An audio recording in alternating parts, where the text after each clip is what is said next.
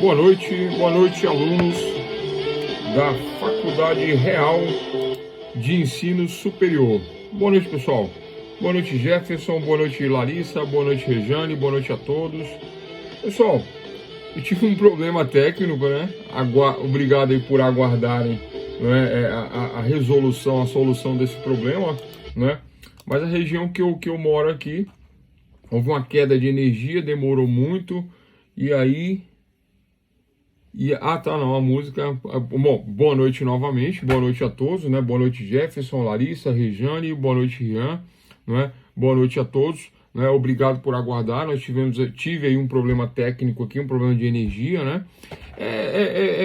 A questão do telepresencial, né? E essa vivência nova, essa nova experiência aí da Covid-19 que nos traz, né, toda essa tecnologia que envolve essa nova experiência do ensino superior e todas as outras modalidades de ensino, né, tem estes imprevistos, né, a queda da energia, e aí essa demora, essa espera, né, e aí eu fui tentar conectar pelo smartphone para poder entrar da mesma forma na plataforma da faculdade e poder estar lecionando da mesma maneira, só que pelo smartphone. Mas aí eu não me recordava a senha, porque no computador é automático, né? Nos dois computadores que eu tenho aqui é automático, mas no Smart não é. E aí eu não me recordava a senha, e aí quando eu tentei, aí voltou a energia, aí eu liguei os computadores e toda essa demora. Bom, é isso.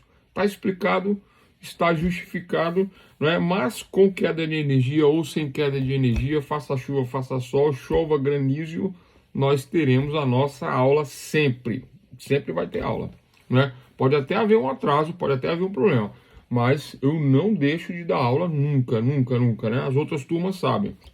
Eu já dei aula pelo smartphone, né? Teve uma época que choveu e caiu a rede para todo mundo, energia caiu para todo mundo, né?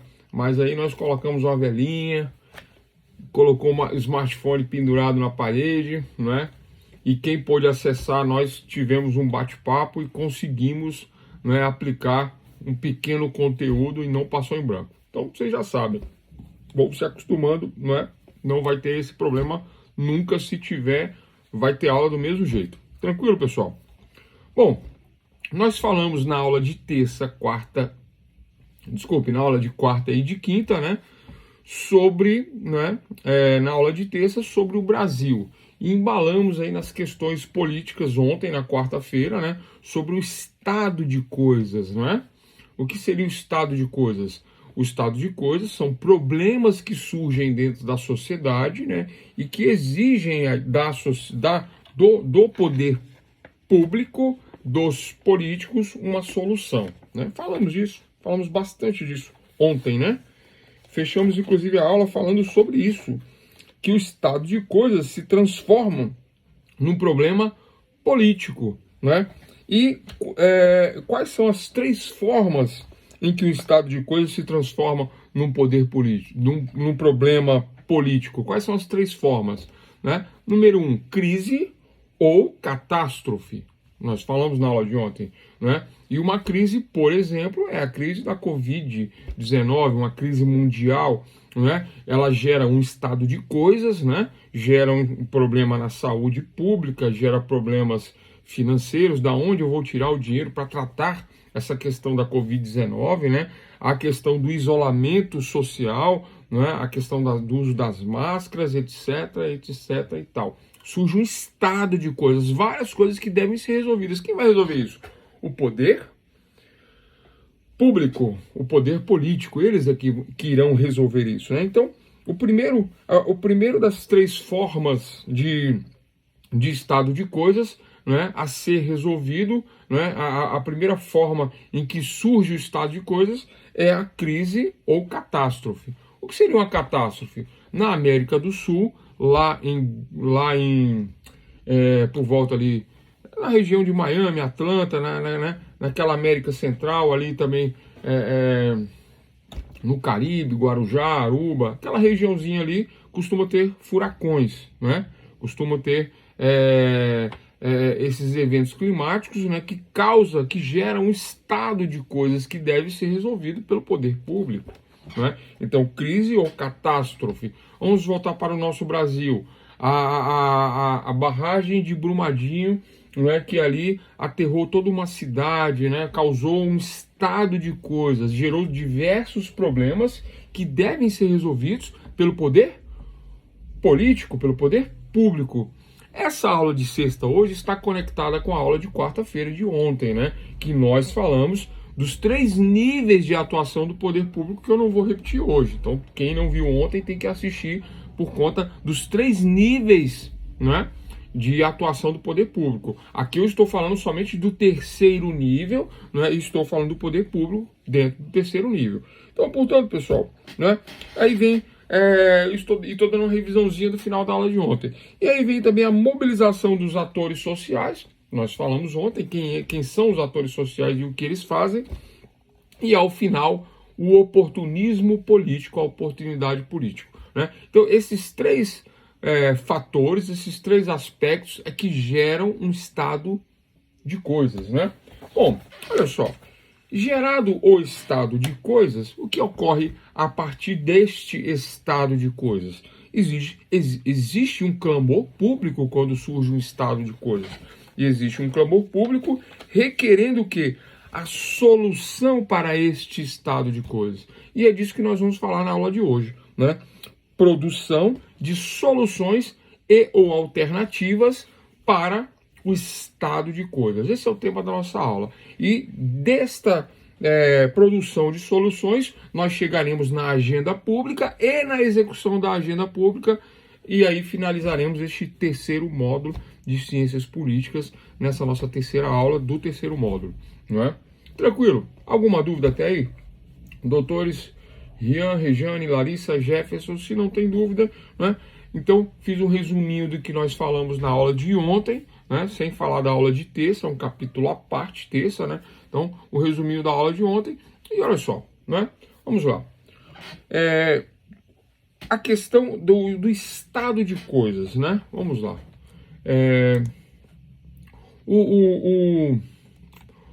A partir do momento em que é diagnosticado um problema ou uma demanda chega à agenda do Estado, a tarefa seguinte é a busca pela solução do problema, não é? Então, o Estado, ele fica ali inerte, né? Aguardando as demandas. E a população, né?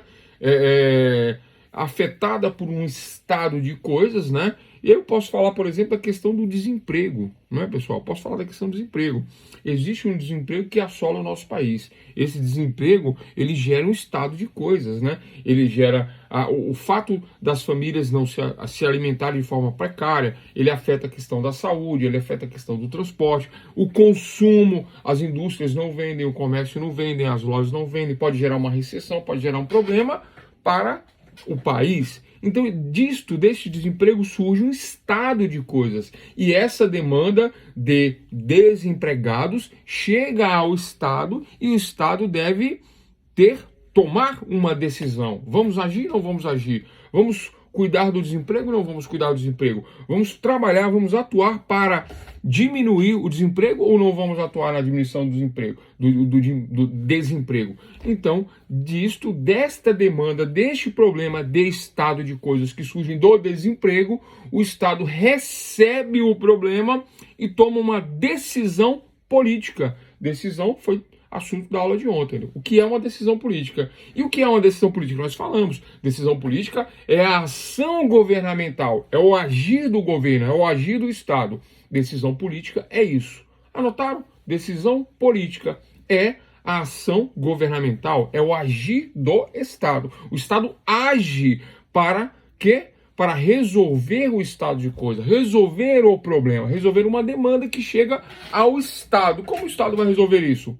Formando a agenda do Estado, a agenda política. E o que é essa agenda? A agenda nada mais é do que um planejamento do Estado para executar a demanda que chega ao Estado. Chega uma demanda ao Estado, o Estado faz a agenda, que é o planejamento, e esse agendamento, não é, vai resolver o problema através de uma política pública.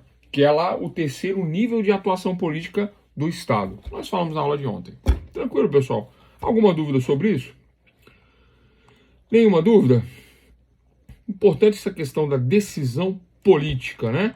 A ação governamental criando a agenda, né? E aí nós falamos de vários tipos de demanda, mas essa é uma demanda recebida, né? Então, olha só, feito a agenda política, né? Aliás, recebido o estado de coisas, o que o Estado vai ter que fazer? Vai ter que chamar técnicos, pessoas competentes para poder colocar em sua agenda, e estas pessoas atuarão no problema, né? Haverá círculos jurídicos, haverá cálculo de custos, cálculos de despesas. Da onde tiraremos a verba para resolver, equacionar este estado de coisas, esse problema, não é? Então, se formarão círculos políticos, se formarão comissões para resolver o problema do desemprego, né? Chamarão-se amigos, conselheiros, pessoas que entendem desta questão do emprego, do trabalho e do emprego, né? Líderes influentes nos meios partidários, parlamentares, convidados a apreciar e a aceitar o projeto e a trabalhar para resolver a questão. Tranquilo, pessoal? Então, esse é o início da agenda. Nesse processo de produção de solução, para produzir a solução, para equacionar o problema, não é? Aí vamos falar agora de 6 aspectos para resolver essa questão do ponto de vista da agenda pública, da agenda política. Bom, vamos lá.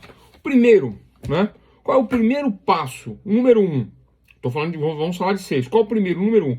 O primeiro passo é o gestor, né? Aquele que recebe o problema, que vai gerir, que vai administrar, né? Pode ser o administrador de uma região administrativa do Distrito Federal, né? Em se tratando de DF. Em se tratando de cidades do entorno, que tem prefeitos, o gestor é o prefeito, né? Que também pode delegar a alguém da área, né? Um secretário, por exemplo, do emprego, o secretário, por exemplo, da economia ou da fazenda local, um secretário local que cuide da questão do emprego. Então, o primeiro passo é o gestor se comunicar com o maior número de informações sobre o problema, captar informações sobre o problema. Como se capta é feio, né? Como se capta informações sobre o problema, né? Dentro das informações fundamentais estão os indicadores, os diagnósticos, o número de empregados, o número de desempregados, né? Comparando este mês que nós estamos agora com o mesmo mês do ano passado, né? O número de empresas, quem emprega mais, quem emprega menos, se é serviço, se é indústria, se é comércio, né? Então, o primeiro passo, anotem aí, municiar o gestor com o maior número de informações sobre o problema. Ponto. Fácil, simples, né? Então, se o problema que eu desejo resolver é o desemprego, então é fundamental que eu tenha uns dados sobre o número de desemprego, sobre o número de desempregados de minha região, né? As causas do desemprego, né? A Covid é uma delas. Os índices de crescimento econômico, dentre outros. Então, esse é o primeiro passo. Ponto final. Segundo passo, né? Tudo isso, pessoal, dentro da formação da agenda. Essa é a agenda. A agenda está sendo formada para solucionar o problema. Segundo passo da formação da agenda. Bom, outro tipo de informação importante, fundamental para diagnosticar o problema, para resolver o problema, é consultar a legislação. Então, segundo passo, consulta a legislação, né, sobre a política que se pretende implementar para resolver o problema. Então, se eu quero resolver o problema do desemprego, eu também tenho que consultar a legislação para ver o meu limite de atuação, até onde eu posso ir, né? Se a questão é constitucional, se é inconstitucional, se o que eu vou fazer, implementar nessa política, dentro dessa agenda, dentro dessa política pública para resolver o problema do desemprego, se o que eu estou fazendo é constitucional, se é legal, né? Se está previsto em lei e se eu posso fazer. Um exemplo disso, né? Eu não posso, por exemplo, retirar todos os impostos e contribuições trabalhistas, né? Com a desculpa de empregar mais. eu retiro os encargos trabalhistas e aí eu desonero a empresa e a empresa, por conta desta desoneração, não vai contratar mais. Eu não posso fazer isso. Não é? Isso é inconstitucional, isso é ilegal. Não é? Isso atenta contra os, contra os direitos trabalhistas. Não é verdade? Então, se eu fizer isso, vamos tirar, por exemplo, eu vou contratar, mas não precisa mais pagar INSS, não preciso mais pagar FGTS, e as empresas não pagando mais isso, né, terão menos encargos e contratarão mais. Vocês já ouviram isso? Isso é comum se falar sobre isso, não é? Principalmente o pessoal da extrema direita. A direita é mais sensata, mas a extrema direita, tudo que é extremo, né, não costuma agir aí com o pé muito no chão. A extrema esquerda da mesma maneira, né? Então, pessoal, temos que ter um bom senso e isso não é viável, não é legal. Isso é inconstitucional. Vai contra o artigo 5º e 6º da Constituição, contra as legislações trabalhistas que estão previstas na consolidação das leis do trabalho, CLT. Então, esse segundo aspecto é o aspecto legal. Consulta a legislação. Pronto, tranquilo? Nenhuma dúvida? Vamos para o terceiro aspecto, né, de formação da agenda. Né? Com bons indicadores em mãos, né? Primeiro, indicadores, informações. Segundo, legislação. Agora eu tenho bons indicadores em mãos. Eu estou orientado sobre os aspectos técnicos e legais. Né? Agora, o que o gestor tem que fazer? Né? Ele tendo uma série de instrumentos para auxiliar o seu processo decisório, tomar a decisão política, o próximo passo, então, é o planejamento da política em si mesmo, a própria política para combater o desemprego. Nesse caso, ele busca estabelecer possíveis caminhos para a solução do problema. Qual o caminho? Como ter mais emprego? Né? Então, neste terceiro aspecto, eu tendo os primeiros indicadores, a informação e verificando a questão da legislação, atendendo a legislação, agindo de forma legal, esse terceiro ponto agora é o planejamento da política, tá? E dentro desse planejamento de política, eu busco ver as diretrizes, o que eu vou fazer para gerar emprego. É o planejamento político para gerar um emprego, para solucionar a questão. Tranquilo, pessoal? E qual é o plano? E como funciona isso? Bom, primeiro é o planejamento tradicional ou tecnocrático. Lembrando que cracia é poder, né? E quando eu falo de tecnocracia, eu me refiro ao poder, eu me refiro a uma certa burocracia, eu me refiro a uma técnica, né, cujo gestor, amparado em seu conhecimento técnico, né, além dos técnicos da área, decidem, né, ele, gestor, decide sozinho com um grupo de especialistas qual é a melhor forma de atuação para equalizar, resolver o problema. Alguma dúvida? Né? Então temos aí 3 aspectos de formação da agenda. Primeiro, juntar, colher informações. Segundo, atender a legislação. Terceiro, né, o planejamento da diretriz. Como eu vou agir com essas informações e com essa legislação. E aí eu tenho, neste terceiro aspecto, o planejamento político e o planejamento tecnocrático. Juntar este conhecimento, chamar os técnicos e dizer aos técnicos, vamos agir assim. Os técnicos me dizem, você deve agir assim, ou assado, o caminho é esse. Junto tudo, eu como gestor decido. Tem uma decisão política, vamos agir assim. Então, esse é o terceiro aspecto. O terceiro aspecto, né, é o planejamento da política, é o planejamento tecnocrático, baseado na opinião técnica. Tranquilo, pessoal? Né? E aí, visto a questão verificada a questão técnica, eu sabendo como eu vou agir, vamos lá para o quarto ponto, a viabilidade. Ou seja, é viável? Não é viável? É possível implementar? Não é possível implementar? Né? Então, é verificar a viabilidade. Isso, porque nem sempre é possível fazer o planejamento político e implementá-lo. Né? Às vezes depende de dinheiro, dependo de um orçamento que eu não tenho, dependo de retiradas que eu não possuo, não é? Então, por mais que seja transparente o planejamento político e planejamento técnico, tecnocrático, mas às vezes eu não consigo viabilizar porque falta dinheiro. Então o quarto aspecto da agenda, né, é a viabilidade. Pode ser inviável economicamente ou pode ser viável economicamente, então vamos planejá-lo. Então o quarto aspecto, anotem aí, é a viabilidade. E nem sempre, não é viável, mas sendo viável será implementado. A viabilidade, portanto, é a praticidade, é o planejamento político colocado em prática, na prática, porque é viável, porque tudo que foi colhido de informações técnicas, né, e do ponto de vista legal, né, ele é apto a se tornar viável. É o quarto ponto. Quinto ponto da agenda. Esse é muito importante. Anotem aí. Planejamento participativo.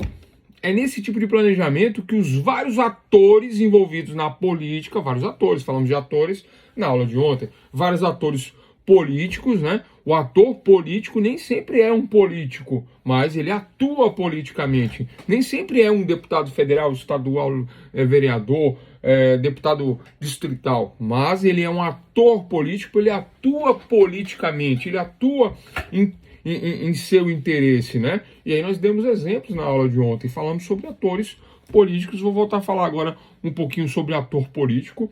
Por exemplo, falamos da bancada evangélica, que temos aí o Marcos Feliciano, que é deputado federal, ator político, deputado federal. Mas temos o Silas Malafaia, que não é deputado federal, mas um ator político que atua no seu interesse de acordo com a sua fé dentro da bancada evangélica. Certo? Então são atores políticos. Continuando, o que acontece? Continuando, então, o planejamento participativo, nesse tipo de planejamento, os atores envolvidos na política são chamados para decidir junto com o poder público. Estamos falando de emprego, não é? De resolver a questão do desemprego. Quais são os atores políticos? Quem atua na questão do emprego? Donos, proprietários de comércios, da indústria, industriais, pessoas que geram emprego são chamados para participar, atores políticos. Olha que importância dos grandes empresários dentro da nossa sociedade. Ah, professor, mas você está falando de pessoas que atuam e eles não atuam, eles estão lá escondidinho, quietinho, tranquilo e tal. Não, eles influem, e se influem, atuam, ainda que indiretamente, e são chamados, convocados para fornecer soluções para o problema, melhores soluções para o problema, de acordo com as informações técnicas prestadas no primeiro ponto que nós falamos, e que não seja contra a legislação, que é o segundo ponto que nós falamos. Portanto, o planejamento participativo é nesse tipo de planejamento que os envolvidos, os atores políticos, atuam, são chamados para dar opiniões, ideias, dizer se concordam ou não concordam com tudo que foi feito até agora na agenda e acrescentar soluções para o problema, para o estado de coisas. Qual é o estado de coisa? O desemprego, né? Então esse desemprego ele gera um estado de coisas, ele gera diversos problemas e esses diversos problemas requer uma solução do poder público, né? Requer uma política pública. A agenda pública tem como objetivo solucionar, equacionar o problema público, o problema político, né? Gerando o quê? Uma política pública para equacionar, para resolver o problema. É isso, né? Bom, o Brasil tem várias experiências no planejamento e na participação, não é? Nesse tipo de participação. Então é muito comum vermos na mídia tradicional, né, nos canais abertos, debates sobre essas questões do desemprego. E nos canais fechados, né? Agora esses canais de jornalismo fechado que existem, vários aí, né? Também se debate isso constantemente. Como equacionar a questão do desemprego, como resolver, não é? Esse estado de coisas que advém do desemprego, como resolver isso, como equalizar essa questão. E aí, não é? estamos aí com esses aspectos da agenda pública, né? Tomada uma decisão de resolver o problema, o próximo passo é formar a agenda e estamos aí no 5º passo dentro da formação da agenda. Tranquilo, pessoal? Alguma dúvida até aqui? Por último, tão importante quanto todos os outros, né? Aí vem o finalzinho, o 6º passo para fechar a agenda pública, né? É uma derivação do planejamento da política pública. O 6º deriva do 5º, com os atores dando várias informações, soluções, juntando a tudo aquilo que nós já temos na agenda, né? O último passo é a execução da agenda para equacionar, para resolvermos o problema, não é? Mas exige-se, dentro deste todo esse planejamento desta agenda pública, exige-se o quê? Uma forma de resolver, porém com despesas, com custos. Quem vai financiar o programa?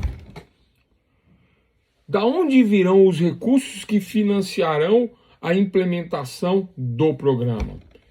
Da onde virão os recursos para pagar pela resolução do problema, né? Dentro de todo esse contexto que foi falado dentro desta agenda pública? De onde virá o recurso? Então essa é a última questão, né? Se nós sabemos de onde virá o recurso e de onde virá e onde irá e como será administrado esse recurso, como será financiado, não é? Anotem aí, o último ponto é o financiamento para o programa ser implementado.